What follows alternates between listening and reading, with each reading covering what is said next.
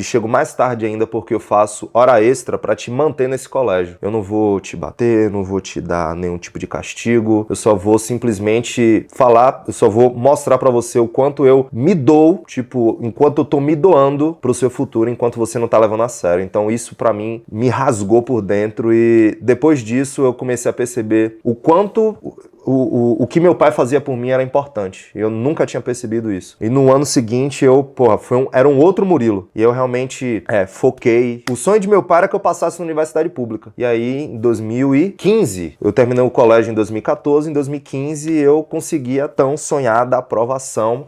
Na sociedade, né? Fui... E outra, minha família só tem universidade pública. Se eu não passasse universidade pública, eu era o fim da carreira. Era a ovelha negra da família. Então eu sempre tive essa pressão familiar, essa cobrança de passar a universidade pública. Inclusive, quando eu larguei, foi muito complicado, foi muito difícil. Mas para pra pensar, que você que tá assistindo aí comigo. Olha que parada louca. Vocês já pararam pra pensar que a gente passa 14 anos da nossa vida, dos 3 aos 17, no colégio. E quando a gente chega lá no ensino médio, são 3 anos. Nos 3 anos, a gente tem que definir, escolher o que a gente tem que fazer pro resto da nossa vida. Então, eu acredito para um jovem, para um adolescente, isso é uma cobrança muito grande. Eu passei por isso agora que você falou, que eu lembrei disso. Sério, que tipo assim, eu tava meio perdido, eu não sabia se eu queria ser engenheiro, se eu queria ser advogado, se eu queria ser administrador. Então, simplesmente, eu acabei sendo moldado pelas escolhas de meu pai. E também por algumas referências que eu enxergava. Que, a gente cresce com a receita já pronta, um padrão já pré-estabelecido que simplesmente ninguém questiona. E aí, quando eu entrei na faculdade, eu passei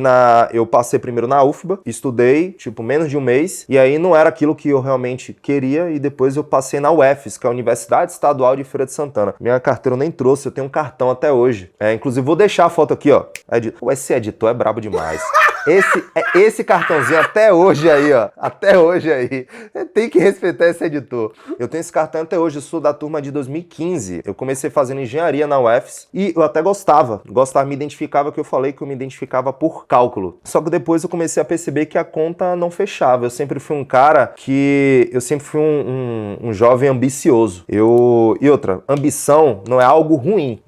E também ganância também não. Agora, depende da sua intenção. Lembre-se que uma faca ela pode ser utilizada para matar alguém, como uma arma branca, assim como uma faca pode ser utilizada para cortar alguma coisa, para fazer uma comida. Então, o que muda, o problema não tá na faca, o problema tá na intenção. Então, eu sempre fui um cara muito bem intencionado e tive boas intenções. E nessa época eu percebi que a conta não fechava. Meu pai, nessa época, como eu falei, ele não tinha condição de pagar uma faculdade para mim, porque, meu pai ganhava 3, 4 mil reais. Imagine pagar uma faculdade de 1.000 e pouco, 2.000 reais, imagine me manter, alimentação e tal. O que é que ia sobrar para meu pai? Entendeu? A gente simplesmente não ia viver. Então, eu fui obrigado a passar a universidade pública. E meu pai me ajudava com 100 reais por semana. Isso era o que ele conseguia me ajudar. 100 reais por semana para eu poder me manter em uma outra cidade que o nome é Feira de Santana. Fica a 100 quilômetros de Salvador. E aí, só pra você ter noção, como eu era duro, lascado, que eu tinha que dividir uma casa com um amigo, que eu também não tinha condição de morar sozinho. Eu não tinha condição de pagar aluguel só. E aí a gente dividia uma casa, que só tinha uma cama, inclusive eu e esse brother, a gente dormia na mesma cama, só na broderagem. Só na broderagem. Isso daí de 2 homens dormindo numa cama, ele gosta, entendeu? Por isso que ele tá dando risada. E só pra você ter noção, sem brincadeira, a casa por dentro era de madeira. Então a gente, de vez em quando, tinha uns escorpiões pra gente matar. Era o meu esporte, matar escorpião. É brincadeira? Nunca te mordeu não? Pegou não? Graças a Deus não.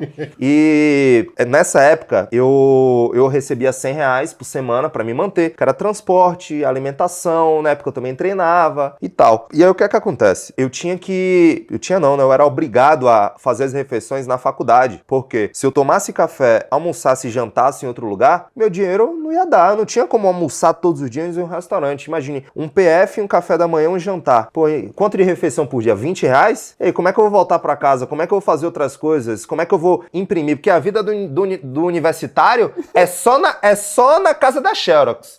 O que eu gastava de Xerox, meu amigo, não tava no gibi. Tinha, ó, até uma dica aí, ó, pra você, governador. Que você tem que criar o Bolsa Xerox. Pelo que eu sofria com isso, pelo amor de Deus. Bolsa Xerox. Já existe o Bolsa Família, então tem que ter o Bolsa Xerox pro A universitário. outra tá rindo ali porque você já passou por isso, né? Tá passando por isso, né? Não, milhares de pessoas que estão assistindo isso daí também passaram Bolsa Xerox, viu? Escreve no comentário assim, ó. Eu tinha que ter Bolsa Xerox.